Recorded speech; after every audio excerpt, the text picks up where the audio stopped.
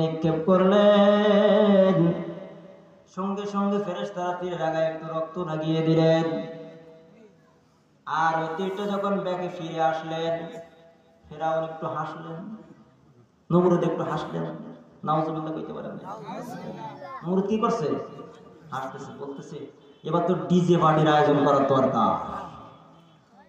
এরকম যুবক ছেলেমেয়েরা আমাদের সমাজে আছে কিনা বলেন তো? ডিজে গান হইলে সেখানে যুবকের অভাব নাই, কিন্তু মাহফিলের প্যান্ডেলে কোনো লোকই নাই। কথা বল না কেন?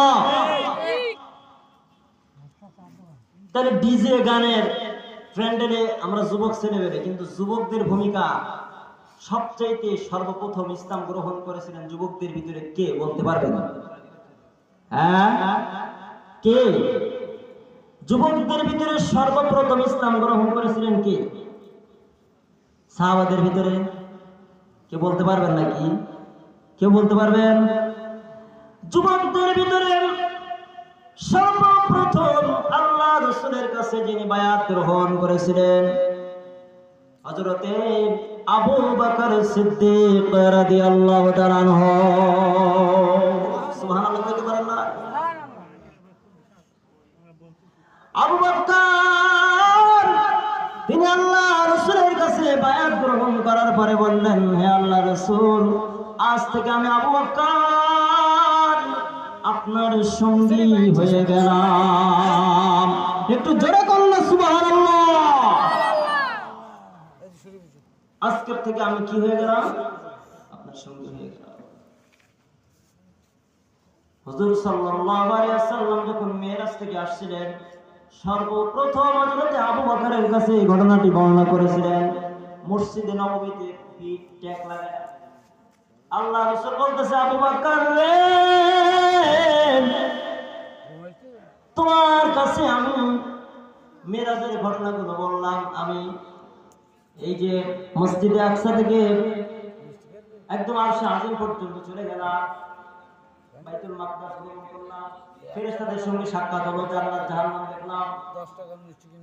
আবার আমি ফেরেশতাদের ইমামতি করলাম, সমস্ত নবীর উম্মতদের ইমামতি করলাম।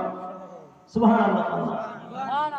আবার আমি সমস্ত পয়গম্বরদের সঙ্গে কথা বললাম, আবার ফিরে আসলাম। আবু বকর, তোমার কি বিশ্বাস হয় এখনো রাত পোহাই? সুবে সাদিক এখনো হয় না?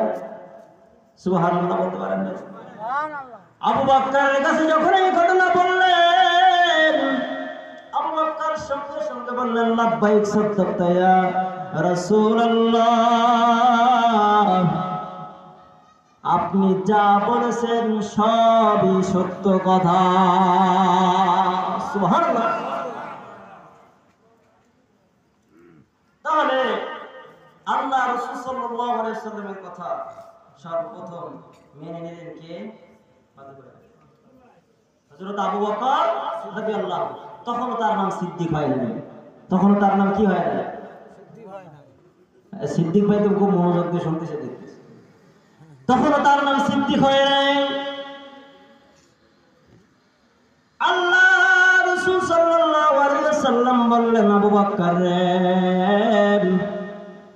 আজকের থেকে তোমার নাম শুধু আবু বকর নয়, তোমার নাম আজকের থেকে হযরত আবু বকর সিদ্দিক রাদিয়াল্লাহু তাআলা আনহু। একটু চিৎকার মেরে বলা যাবে কি সুবহানাল্লাহ?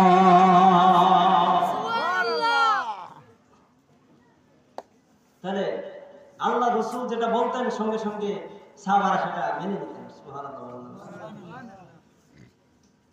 ইমানদারের কাজ তো এটাই হবে, যখন সে ইমানের দাওয়াত পাইবে সঙ্গে সঙ্গে সে মনে প্রাণে বিশ্বাস করে নেবে। ঠিক কিনা বলেন? ঠিক। নমরুদের মনের আশা পূরণ করে দিলেন কে? এবার নমরুদ খোদায় দাবি করে বসলো, আনা রাব্বুকুমুল আ'লা, আমি বড় রব, যেহেতু আমি আল্লাহরে মাইরে ফেলছি। নাউযুবিল্লাহ কইতে পারেন না? এত বড় ব্যাককল কি পৃথিবীতে আছে বলেন তো? আছে? আল্লাহ